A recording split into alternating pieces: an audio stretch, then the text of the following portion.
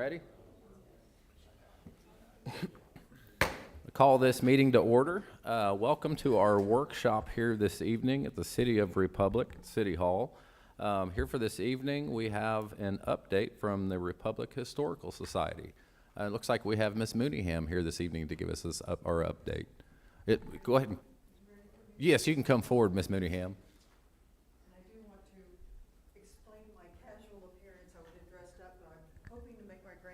Ball game at the rec center in a little bit. Sure, no worries. No, it's a warm one out there today, so Okay, no worries at all. So, do you want to ask questions, or do you want me to kind of give where we are or where we've been? If you wouldn't mind sharing with us Okay, kind of and where I know you're at. some of you are new, so I'll introduce myself. I am Terry Mooneyham. I'm the current president of the Republic Historical Society, and I'm here at your request to give an update on the progress of our community building center museum on Main Street. Some of you might not be aware. I thought I'd give a little brief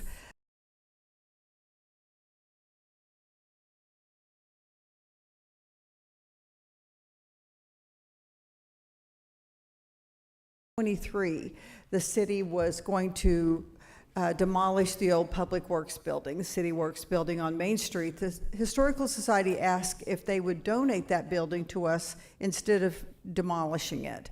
After months of back and forth, the city decided it was better to take it down, and they would give us the land to build a new building on. That land was the corner of Main and Olive, all the way back to Walnut Street, which would give us great parking, and then all the way over to the wall of the City Hall building, which included the Pocket Park. So that way our building plans had included an event center that would open onto that Pocket Park, and that would be real desirable for Main Street. So we moved forward with plans. It was a really enthusiastic time in the community, we felt like, for Main Street. Drury was here, the architectural students. There was several well-attended community meetings about revitalization of Main Street, and we had good encouragement.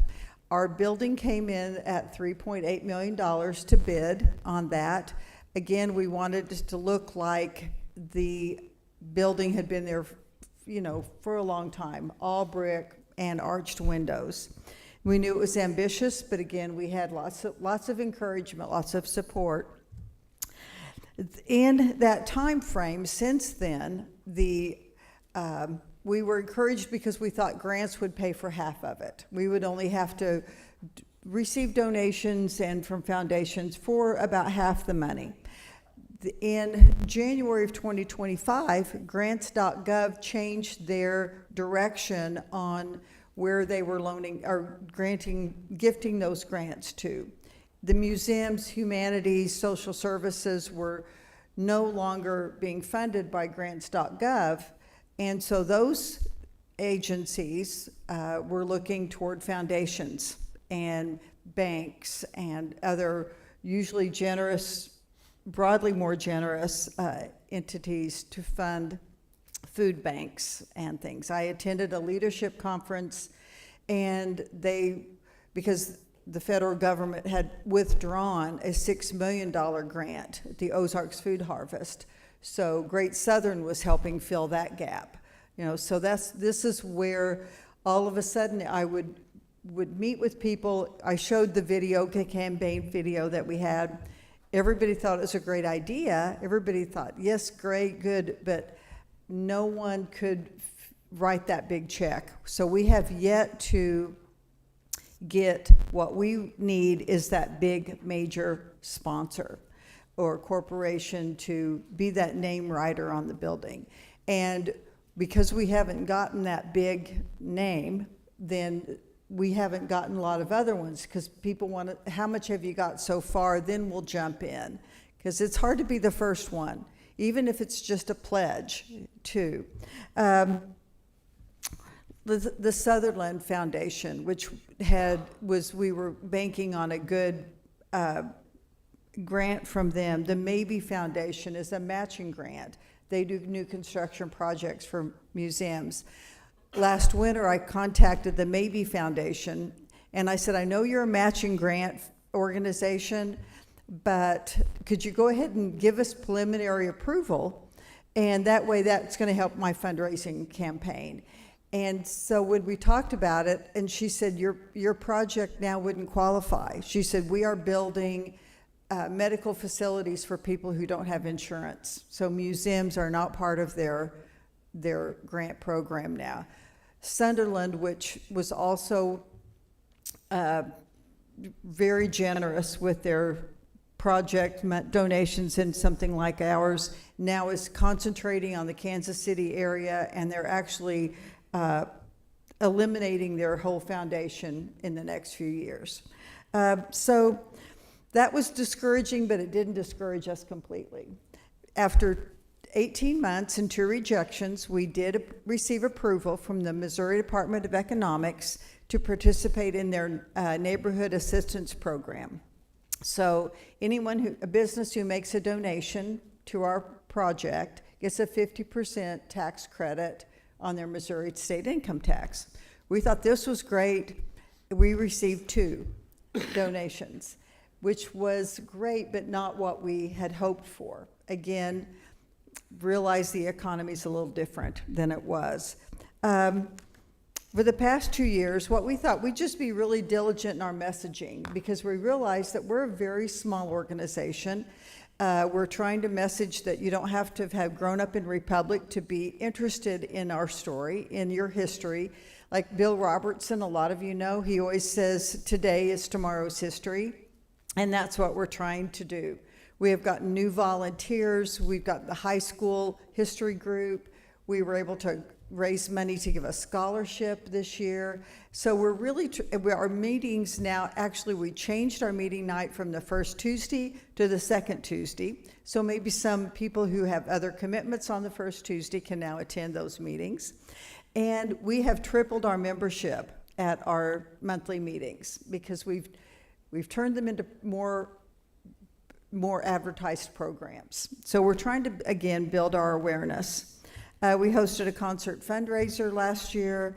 I have met with almost every big sponsor, donor in our community, and ask. And I'm not shy about asking for $1 million.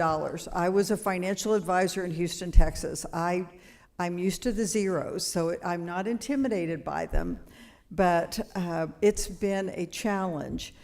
We've been featured in articles in the Springfield Business Journal. They gave us a great write-up. The Springfield Daily News came again, especially after we got the grant, the neighborhood assistance. And we were on MSU Radio. So we've gotten really good publicity outside the Republic area. The Commonwealth, their headline was, we were raising money for a possible museum. I called with an objection to the word possible, but that's how they felt it was. So we still continue to be buoyed by the enthusiasm that we have. It doesn't take much, because we're a very positive group, but we do feel like we are in direct competition with some larger organizations than we are, asking for now the same dollars that people are asking for. The city's Park and Rec Department has a very aggressive sponsorship program. For every event that the city puts on, they're asking for sponsorship, $1,000, $2,000, $500. We understand if you're going to give $1,000 and get a banner on a ball field, that's in front of a lot of eyes. We can't, as a small organization, give that same bang for buck. And so ours are more of a donation, and instead of a $10,000 check, probably didn't make a difference whether that building was being built or not. But that bank got a lot of good PR, and it touched a lot of people because the school district is huge.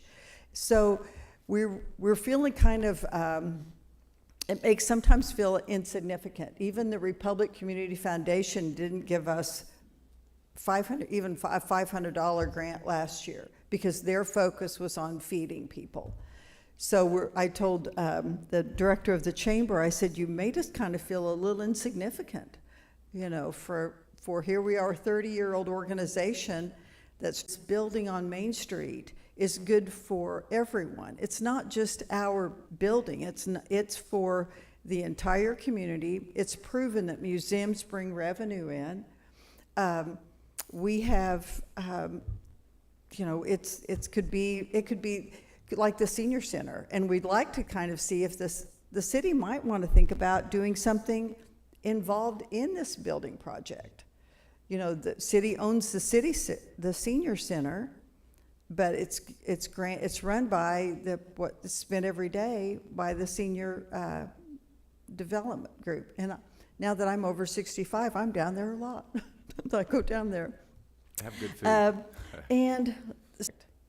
And that's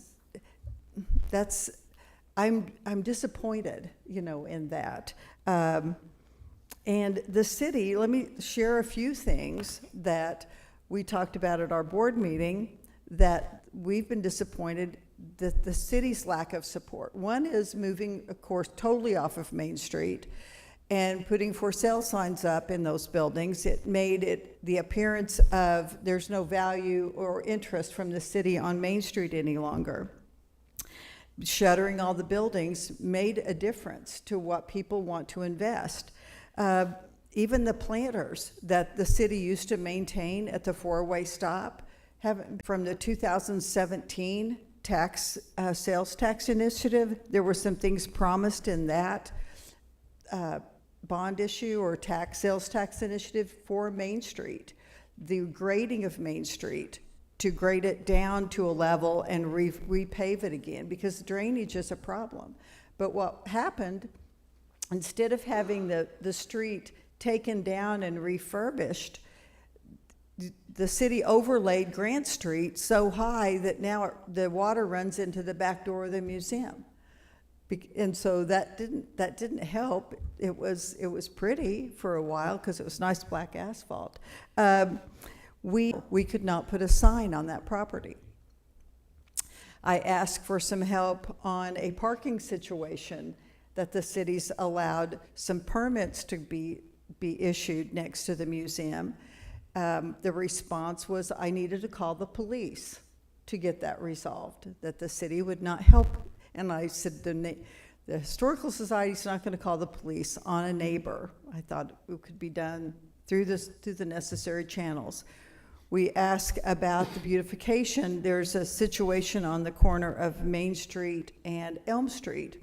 As you come across the railroad tracks from the south and turn left, it's very dangerous, plus unsightly. Told Historical Society and Main Street Events helped the city hold their first car show on Main Street. It was great. The guys loved it. The people, you know, everyone involved, because it was on actually a street, and it was on an old street. Last year it was held, and this year it was my understanding that it's not going to be held on Main Street. And the reason when I asked the Parks and Rec director why, they said it was because the merchants don't want it. So I personally went to everyone on Main Street, and everyone wants events on Main Street again.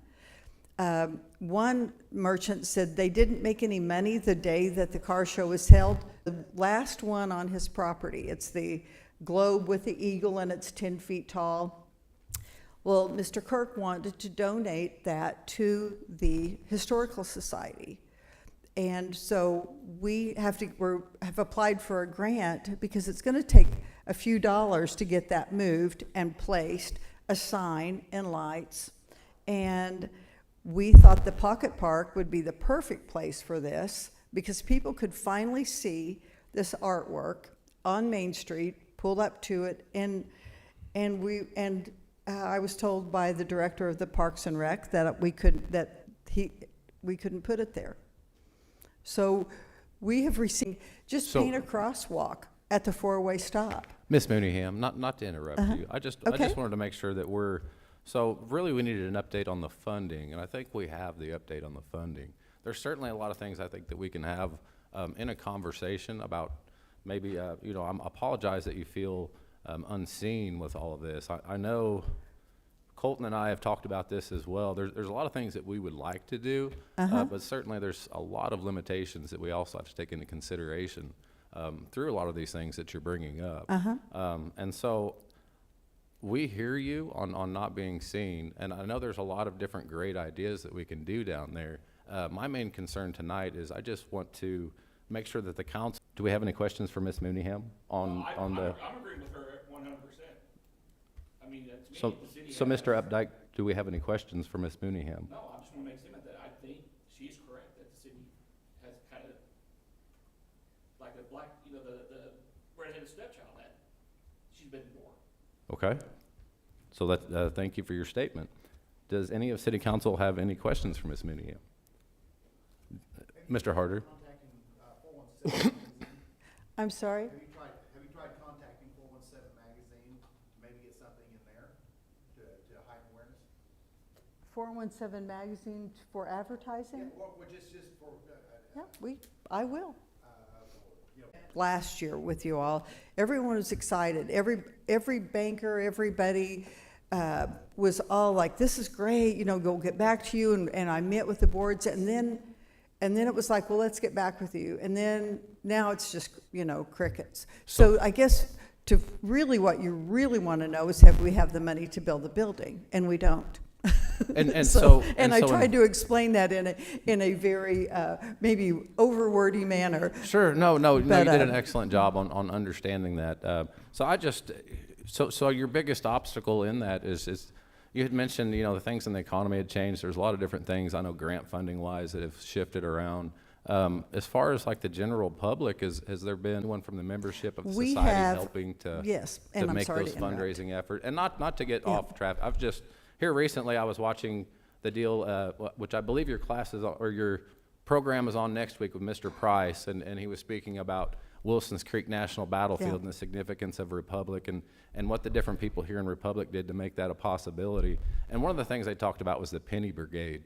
And it really, you know, I understand nowadays a penny doesn't go anywhere, but, you know, just in talking with other people and looking at that fundraising effort and what we did in Republic so many years ago in order to do that, is there any sort of like a penny brigade type of fundraiser or like a challenge or anything that we've discussed as the board? And that's what we have, flowers to the Historical Society Building Fund.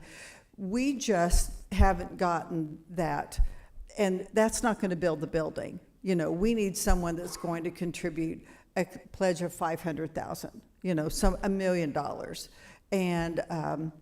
And that's been my role, is to go after corporate foundation donors. And because we have lots of people, we have people drop $20 bills in, you know, write $500 checks, $10,000 checks, you know, so yes, you're right. It takes, but my focus as president has been on the larger donors, because unless we get to see if the economy turns around now, when we understand, we're buying groceries and gas too, you know, and it's a hard time to ask for something that you can't touch yet, you know.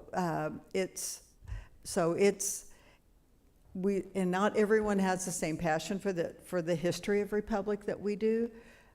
And interestingly, we saw the need for community building, you know, when we started this. People were wanting places for showers and things. And so now the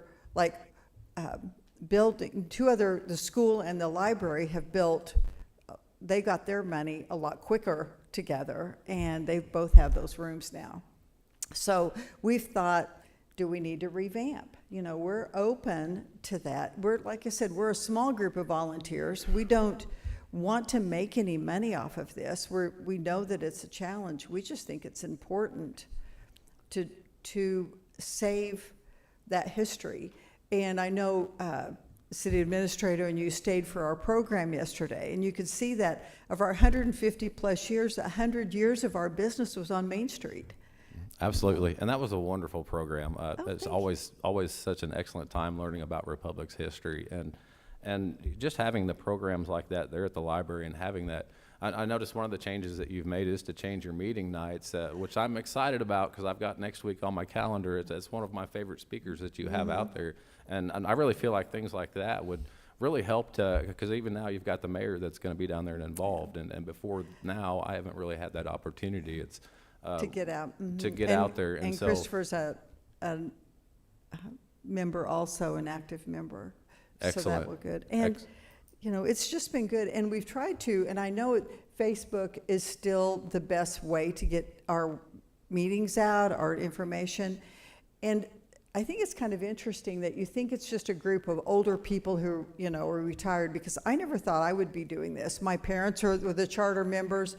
I said, "Oh, you're going to the Hysterical Society?" You know, I mean, it was just a fun thing. And here I retired, and I'm right in the thick of it. sure.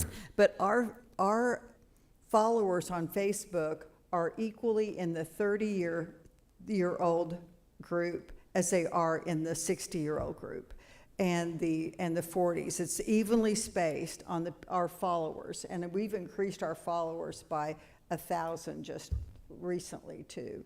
So I guess we're trying to build our awareness. We're trying to let people know where we are, but we hope that helps us raise the money. And I'm open to suggestions like a penny brigade, like something that's going to create that awareness, and maybe it's the kids involved. But that's why we need things on Main Street. Mm-hmm. And I agree that Main Street events, they do bring a lot of people in, a lot of interest. A lot of people, even walking down Main Street, you get to see and learn and touch history that you were not even aware of most of the time. Yeah. So it's kind of a historic little gem of its own. But no, we really appreciate that, and I appreciate sharing that. We certainly didn't mean for you to feel like you were unseen at all. As far as the funding, you know, if it was my number one priority and that was my only priority, there would still be a very limited amount of things I can just do for the Historical Society. But we appreciate that dialogue and knowing you know, how you feel and where we're at in that funding, and you know, to look for alternative ways to find that funding and to get that interest and to get people, because I understand it's the same way with volunteers, it's the same way monetarily. It's a tough time out there. It's tough for people to get by just on bills and everything alone. And so I know that getting that donation of time, getting that donation of money is an extremely difficult thing. And so I know everyone that I've talked to up here wants to be a willing partner. Just please understand that there is a monetary limit to what we can do. And I know as council, one of the biggest things we can do as city council is to be a cheerleader for things like this too, through the Yes. community as we go to places and mentioning it, talking about it, and within our networking groups or anywhere along. And so I hope to see more involvement as well, just from individuals within the community to help spread that and to cheerlead that effort. Because I really feel personally like that cheerleading effort and that buying in, that ownership of the members and the community is going to be the thing that not only helps to build it, but it helps to keep it around for a long time and to preserve that history, the main intention. Yeah. So I think it's important, and there's things that this city can do that doesn't cost anything, you know, to just attend our meetings, you know, just, you know, but also maybe there could be some incentives to develop Main Street for businesses because what Main Street needs is shoppers, diners, and visitors. People that are down there, like the Drury, all the people that were at the Drury meetings wanted things to do on Main Street.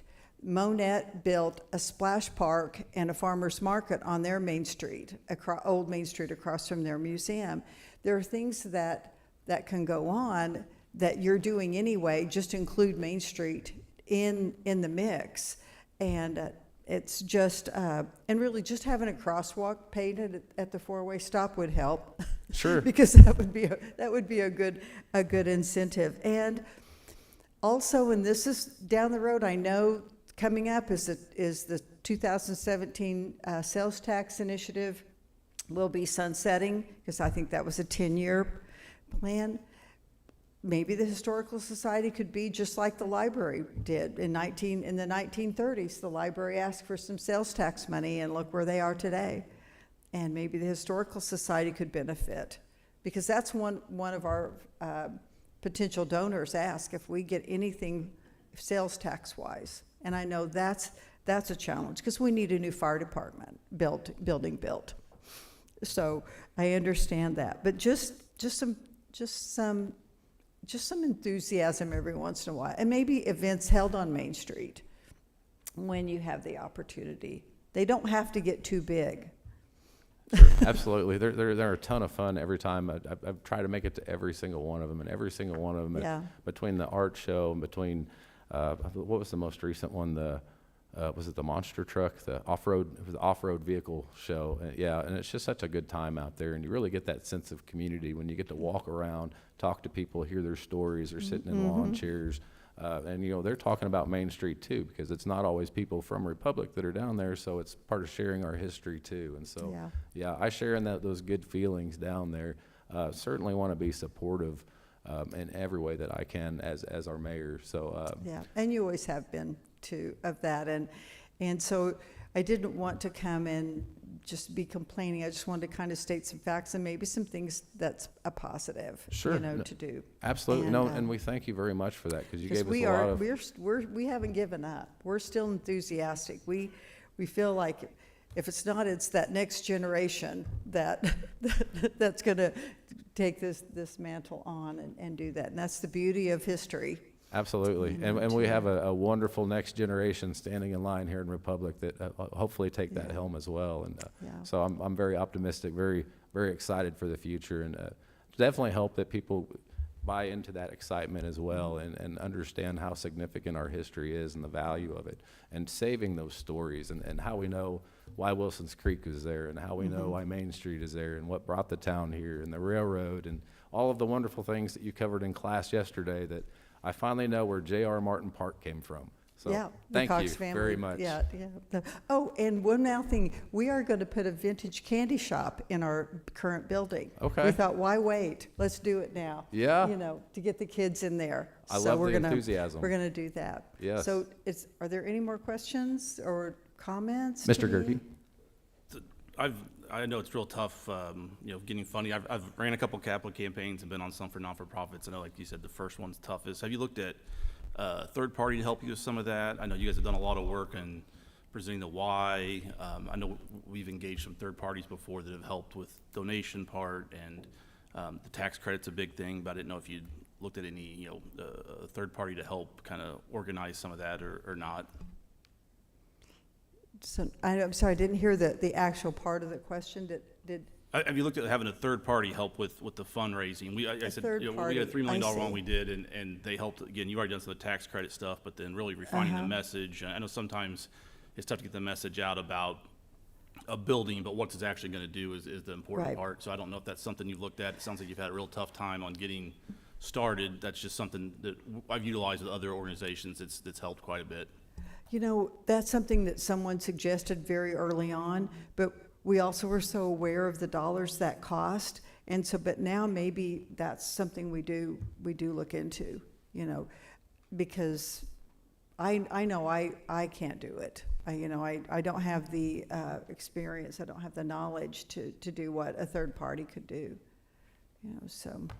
That was a great question. Yeah, that. I'd be glad to help. I can give you a couple names that people we've used. Okay, thank you. Do we have any additional questions from City Council? Colton, would you like to? I just had one quick question, Terry. I was curious, did you mention what your fundraising goal was, what the total number was? What our goal was?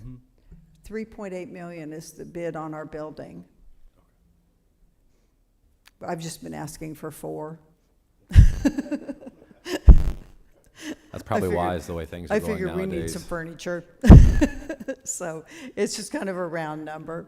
But anyway, like I said, we're still hoping it'll happen. We feel very strongly about that. And we hope that someone buys the old City Hall building and puts a business in there that's going to bring shoppers, and that's going to help everyone on Main Street, and that'll be good too. Absolutely. Do we have, before finishing, one last chance, does city council have any additional questions for Ms. Mooneyham? Okay. Thank you very much for coming here. Okay, thank you. I can This- probably still make part of that ballgame. Yeah, no, So she's enjoy your- 10, so it's going to be exciting. Yeah, no, they're so fun to watch, and thank you again for coming here. Thank well, you for thank that you. wonderful class, and I'm going to do everything I can to be there tomorrow, Okay. Tuesday night, not tomorrow night, Tuesday night, next Tuesday, which Week it's from at tonight. 6 p.m.? Yeah, 6:30. 6:30 p.m. You have time to Perfect. eat dinner. So, Excellent. All right, thank you, gentlemen, for your time. I appreciate being able to share some things, concerns. That's what the board asked me to do, is kind of share what we've kind of been up against, but we're still enthusiastic. Absolutely. Okay. Thank you very much, and thank you to the board as well. All right, I will. Thank you, Ms. Mooneyham. So that was our only issue for the workshop this evening. We will close this workshop, and we will begin our city council meeting promptly at 6.